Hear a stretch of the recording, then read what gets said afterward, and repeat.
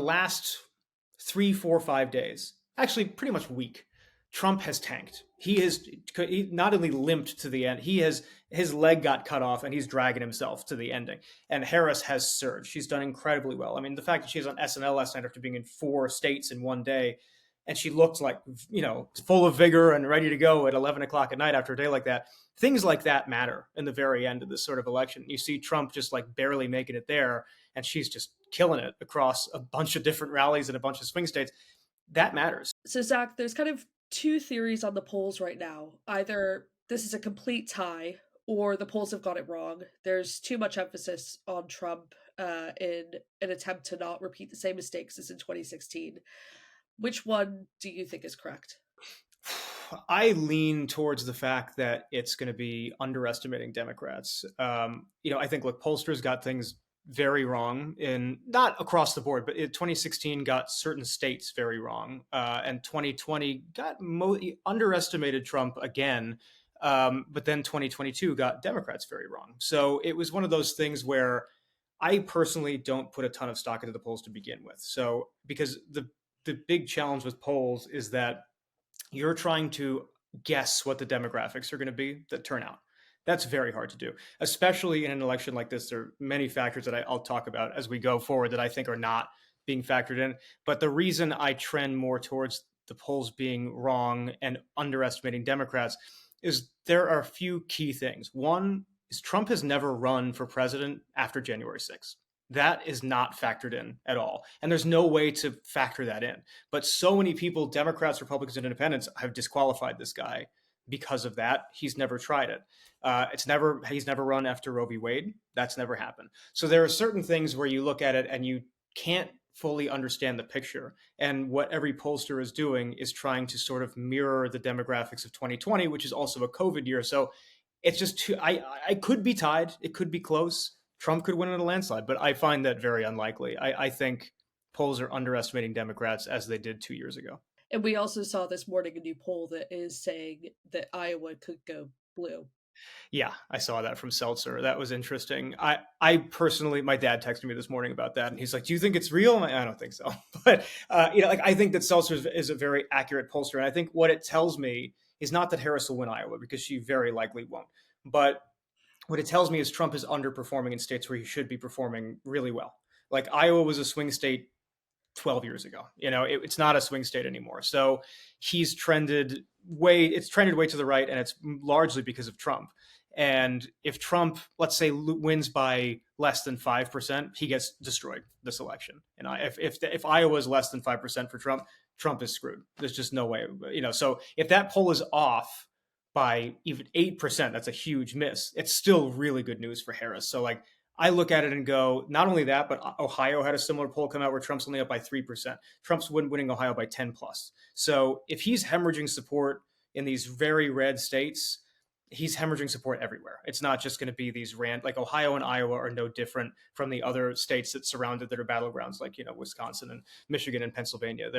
It's the same sorts of folks there. So I would be surprised if this was not indicative of Harris doing better than people think, but I'd be very surprised if she actually won Iowa. That's a huge shift. He seems to be putting a lot of his effort into North Carolina.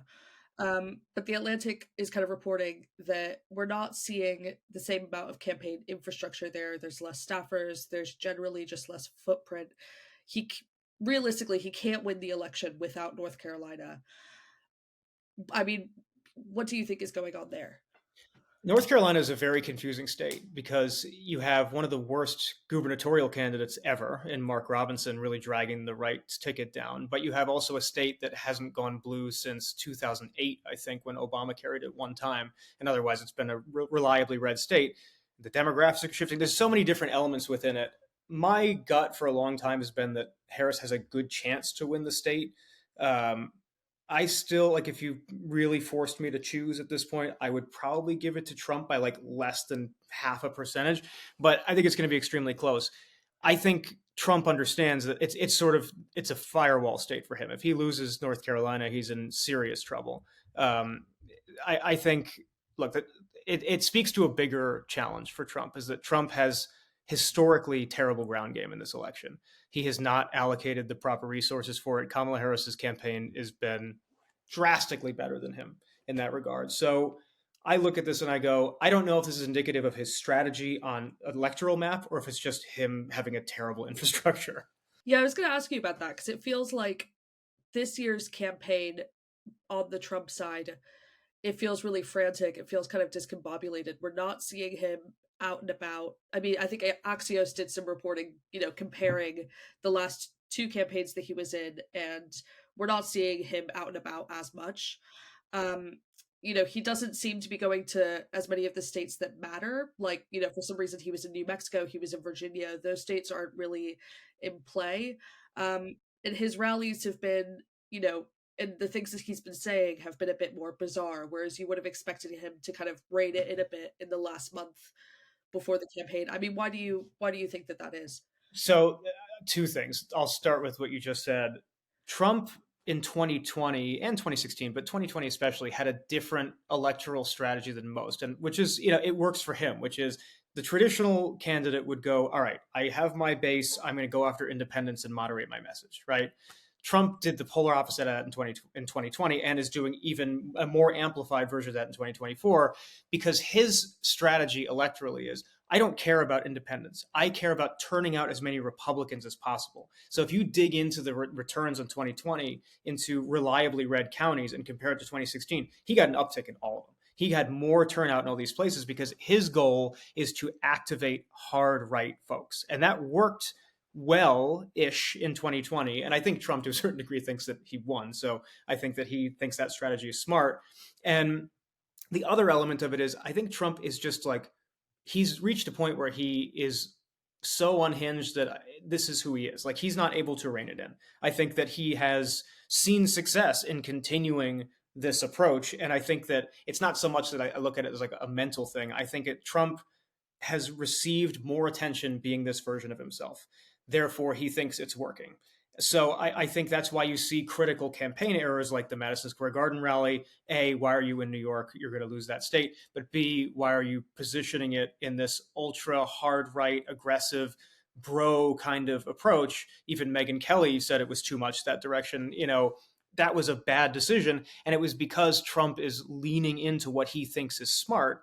But if you look at it objectively, the only election where he attempted this, he lost it in 2020. So, I think that Trump is also, when it comes to why is he in states that he's definitely going to lose, I think it's a symptom of overconfidence. I think the Trump campaign thinks they're going to win in a landslide. And I think that these are potentially gettable states, and he doesn't have to give this tremendous amount of laser focus like the Harris campaign has done in just states that they feel competitive. And I think Harris has only gone to Texas once, and that's the only time I can reasonably remember in the last couple of weeks where I'm like, why are you in the state? And even there, I mean, Texas is not in play in my mind, but who knows?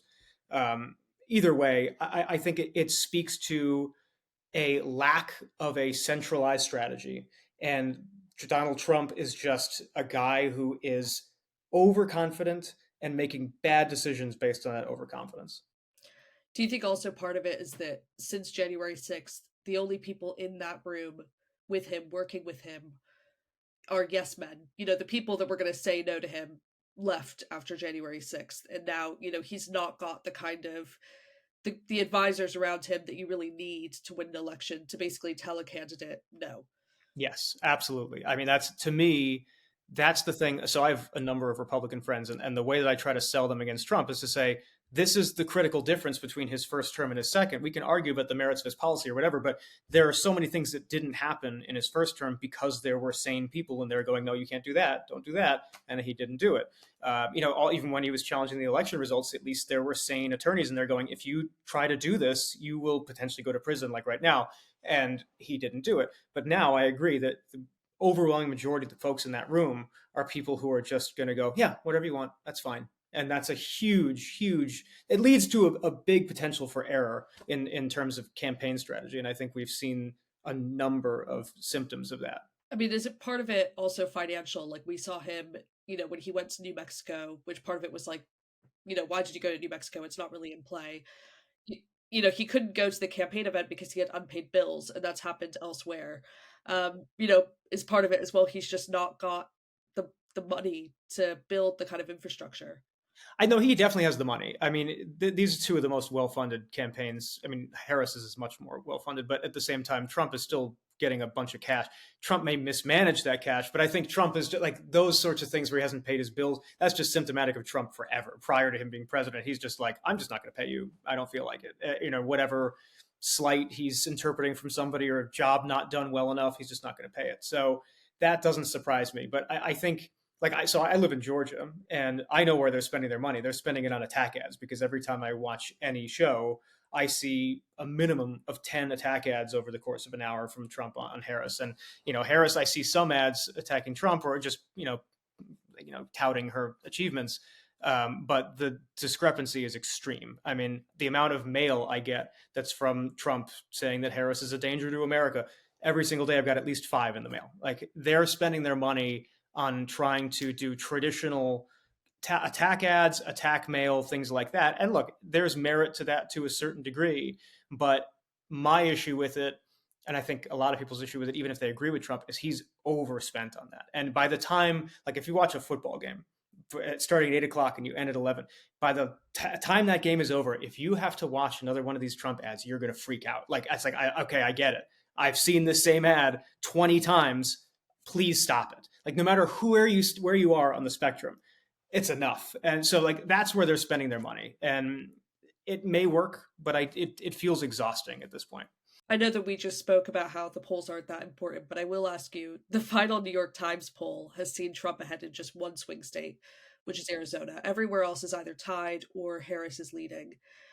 I mean, North Carolina is not even in that list. I mean, do you think that the Trump campaign is growing a bit nervous this weekend?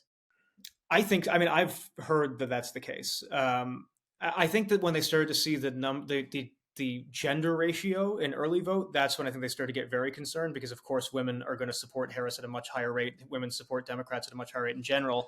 And the ratio of men to women, I think, in almost every swing state, except for Nevada and Arizona, was like vast, over 10 points, which is dangerous territory for Republicans.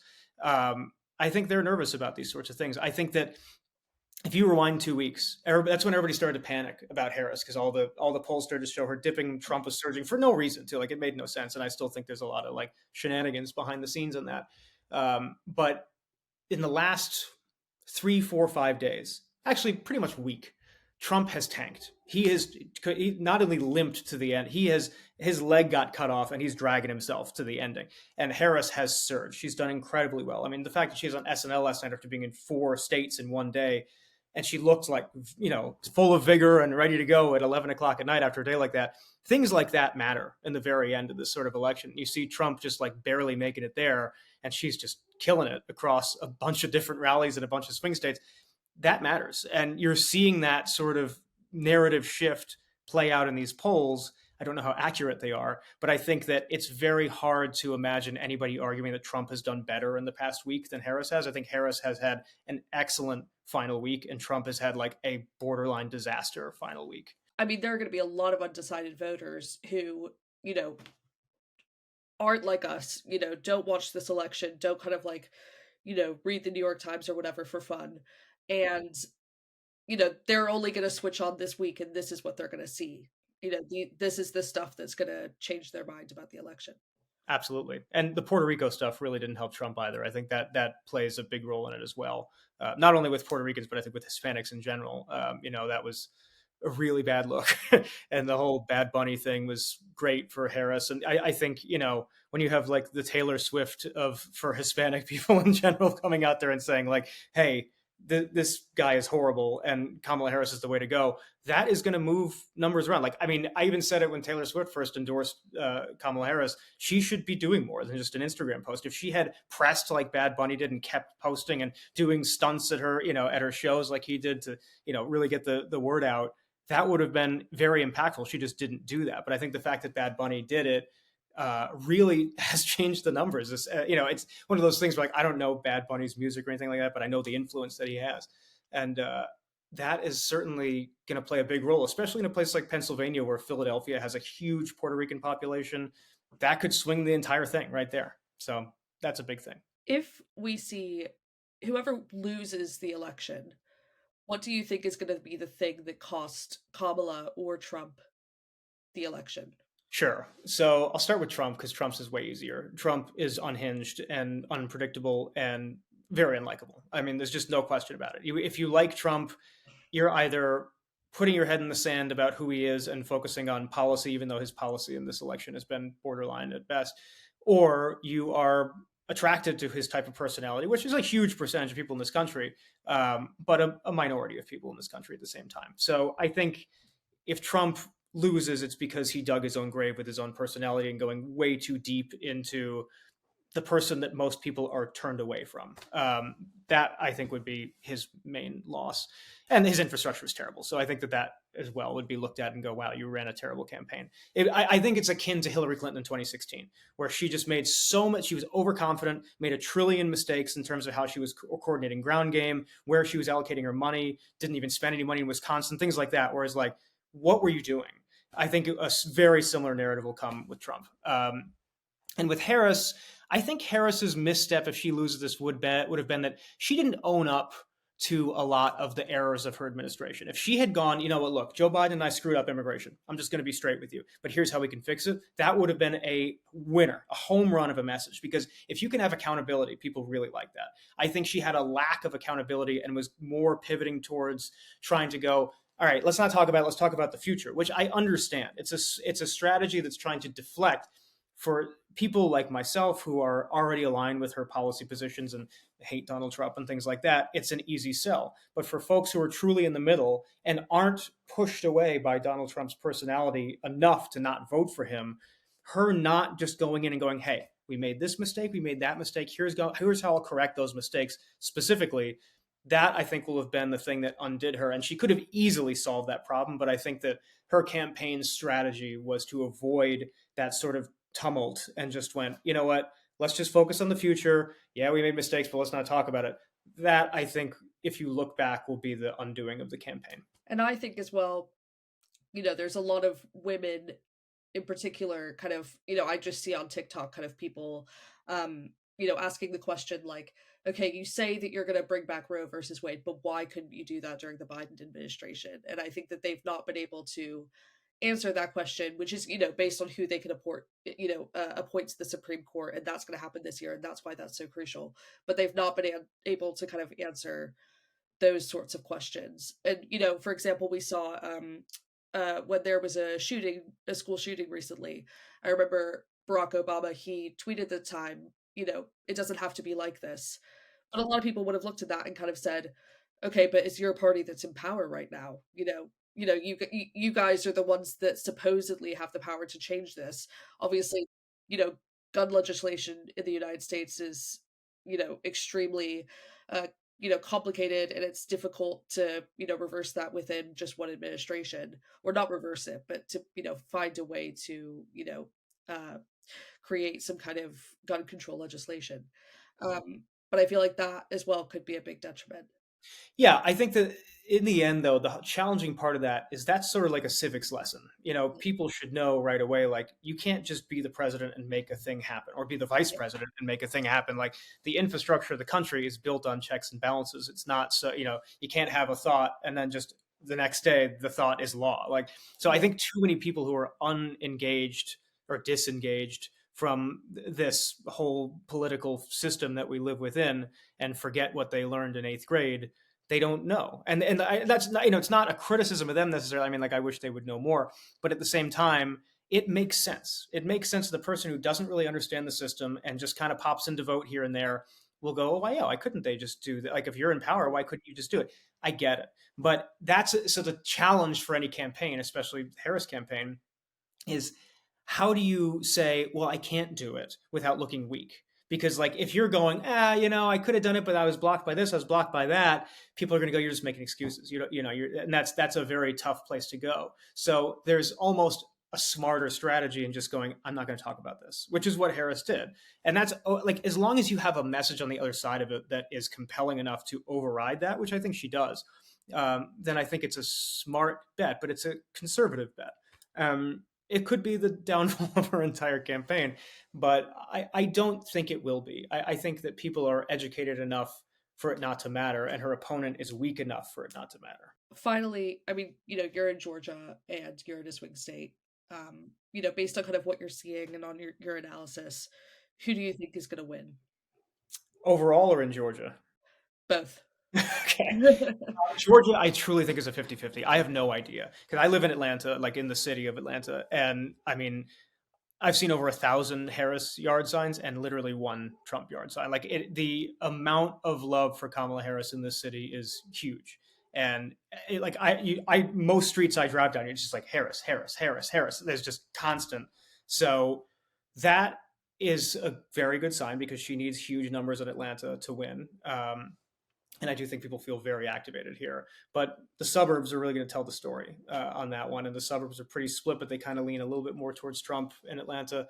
I'm on election night. I'm not going to jump into the Atlanta proper. Now I'm going to jump into the suburb numbers and see how those compare. If I had to pick, I would pick Harris for Georgia, just because the amount of energy behind her here is like palpable. It's very and this is the engine that drove Biden to the win in 2020.